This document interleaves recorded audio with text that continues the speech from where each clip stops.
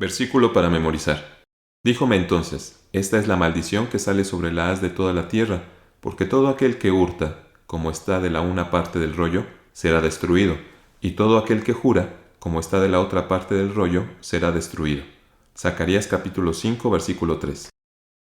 Lección 6 del 11 de febrero de 2023. Los apóstoles y las finanzas. Objetivo: analizar que con el pago de sus diezmos, la Iglesia ayudó a los apóstoles en la tarea de evangelización que llegó hasta nosotros, y reflexionar en que ahora tenemos el mismo deber.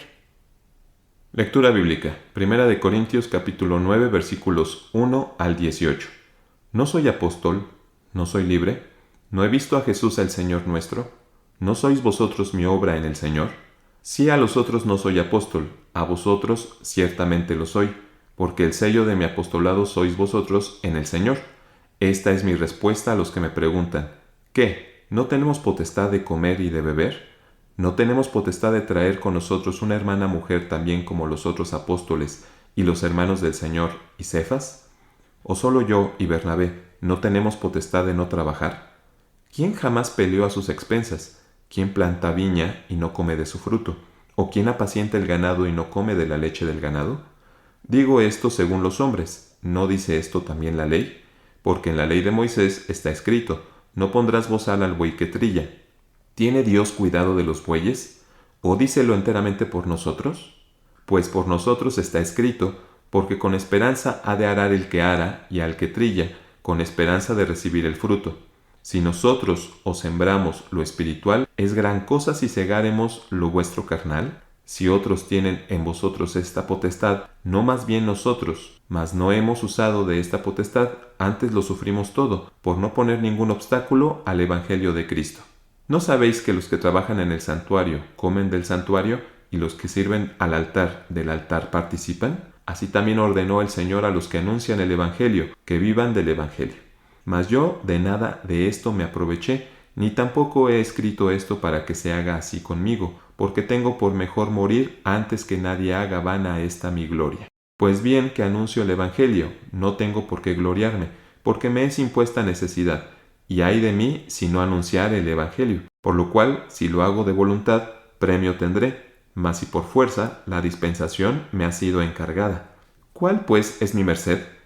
Que predicando el Evangelio ponga el Evangelio de Cristo de balde, para no usar mal de mi potestad en el Evangelio. Material exegético. Cuando el apóstol Pablo estaba en Corinto, en casa del judío Aquila, trabajaba haciendo tiendas, porque ese era su oficio. No obstante, Pablo dedicaba los sábados para hablar de la palabra de Dios y disputaba con los judíos en la sinagoga. Hechos capítulo 18 versículos 1 al 4. Pasadas estas cosas, Pablo partió de Atenas y vino a Corinto, y hallando a un judío llamado Aquila, natural del Ponto, que hacía poco que había venido de Italia, y a Priscila su mujer, porque Claudio había mandado que todos los judíos saliesen de Roma, se vino a ellos, y porque era de su oficio, posó con ellos y trabajaba, porque el oficio de ellos era hacer tiendas, y disputaba en la sinagoga todos los sábados, y persuadía a judíos y a griegos. Esta es la razón por la que dijo: el que no trabaje, que no coma. ¿Todos los apóstoles trabajaban? Los apóstoles trabajaban, pero no en trabajos ordinarios como los demás feligreses, sino que lo hacían en la predicación del Evangelio, acompañados de una hermana que los asistía, y solamente el apóstol Pablo y Bernabé trabajaban haciendo tiendas. Primera de Timoteo capítulo 5 versículo 17. Los ancianos que gobiernan bien sean tenidos por dignos de doblada honra, mayormente los que trabajan en predicar y enseñar. Primera de Corintios capítulo 9 versículo 4. ¿Qué? ¿No tenemos potestad de comer y de beber?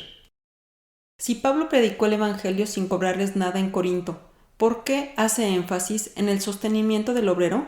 Porque los hermanos de Corinto no habían comprendido que el predicador tenía que ser sostenido por la iglesia, a pesar de que sabían que estaba escrito que el obrero es digno de su salario. Lucas capítulo 10 versículo 7. Y posad en aquella misma casa, comiendo y bebiendo lo que os dieren, porque el obrero digno es de su salario, no os paséis de casa en casa. Ahora bien, el apóstol Pablo enfatiza a los hermanos de Corinto que él les habría predicado el Evangelio sin obtener de ellos alguna remuneración económica, pues no era un predicador asalariado. ¿A qué se debe esto? Cuando Pablo estuvo con ellos, no pidió nada de lo que necesitó a la iglesia de Corinto, porque las demás iglesias, en especial las de Macedonia, le dieron su salario y todo lo que le hizo falta. Segunda de Corintios capítulo 11 versículos 7 al 10. ¿Pequé yo humillándome a mí mismo para que vosotros fueseis ensalzados, porque os he predicado el evangelio de Dios de balde? ¿He despojado las otras iglesias recibiendo salario para ministraros a vosotros? Y estando con vosotros y teniendo necesidad, a ninguno fui carga, porque lo que me faltaba suplieron los hermanos que vinieron de Macedonia, y en todo me guardé de seros gravoso y me guardaré. Es la verdad de Cristo en mí, que esta gloria no me será cerrada en las partes de Acaya. ¿Qué dinero era usado para el sostenimiento del ministerio en la edad apostólica? Como Pablo y los demás apóstoles trabajaban en la predicación del Evangelio, y ya que Cristo no anuló el mandamiento del diezmo, las ofrendas y las primicias, estas eran las ayudas que sirvieron para el sostenimiento ministerial, de la misma forma en que sostuvieron al ministerio del Antiguo Testamento. A ese sostenimiento es al que hace referencia el apóstol Pablo en 1 Corintios capítulo 9, versículos 9 al 13. Números capítulo 18, versículo 21. Y he aquí yo he dado a los hijos de Leví todos los diezmos en Israel por heredad, por su ministerio, por cuanto ellos sirven en el ministerio del tabernáculo del testimonio. ¿Qué sucede al que detiene las décimas que pertenecen a Dios? El retener los diezmos es calificado como un robo cometido en contra de Dios, un robo con maldición y con graves consecuencias. Malaquías capítulo 3, versículos 8 al 10. ¿Robará el hombre a Dios? Pues vosotros me habéis robado, y dijisteis, ¿en qué te hemos robado? Los diezmos y las primicias. Malditos sois con maldición, porque vosotros la nación toda me habéis robado. Traed todos los diezmos al alfolí, y haya alimento en mi casa. Probadme ahora en esto, dice Jehová de los ejércitos. Si no, os abriré las ventanas de los cielos, y vaciaré sobre vosotros bendición hasta que sobreabunde. Al respecto de no cumplir con la ley del diezmo, en una revelación el profeta Zacarías vio un rollo que volaba. Ese rollo representa la maldición que entra en la casa del ladrón y del que jura falsamente en el nombre de Jehová. ¿Qué haría esta maldición en la casa del ladrón? La destruiría junto con su enmaderamiento y sus piedras, esto es, la castigaría con fracasos, enfermedades, problemas y otros males. Zacarías capítulo 5 versículos 3 y 4. Díjome entonces, esta es la maldición que sale sobre la haz de toda la tierra, porque todo aquel que hurta, como está de la una parte del rollo, será destruido, y todo aquel que jura, como está de la otra parte del rollo, será destruido. Yo la saqué, dice Jehová de los ejércitos, y vendrá a la casa del ladrón y a la casa del que jura falsamente en mi nombre, y permanecerá en medio de su casa, y consumirála, con sus enmaderamientos y sus piedras. ¿Dónde se encontraban las medidas que tenía el rollo?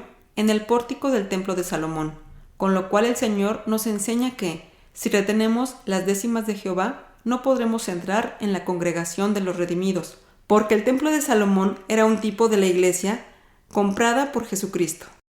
Zacarías capítulo 5 versículo 2. Y díjome, ¿qué ves? Y respondí, veo un rollo que vuela de 20 codos de largo y 10 codos de ancho.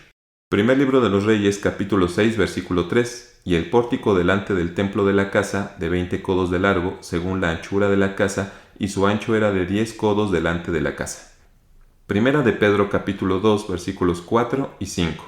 Al cual allegándoos piedra viva, reprobada cierto de los hombres, empero elegida de Dios, preciosa, vosotros también como piedras vivas, sed edificados una casa espiritual y un sacerdocio santo, para ofrecer sacrificios espirituales agradables a Dios por Jesucristo.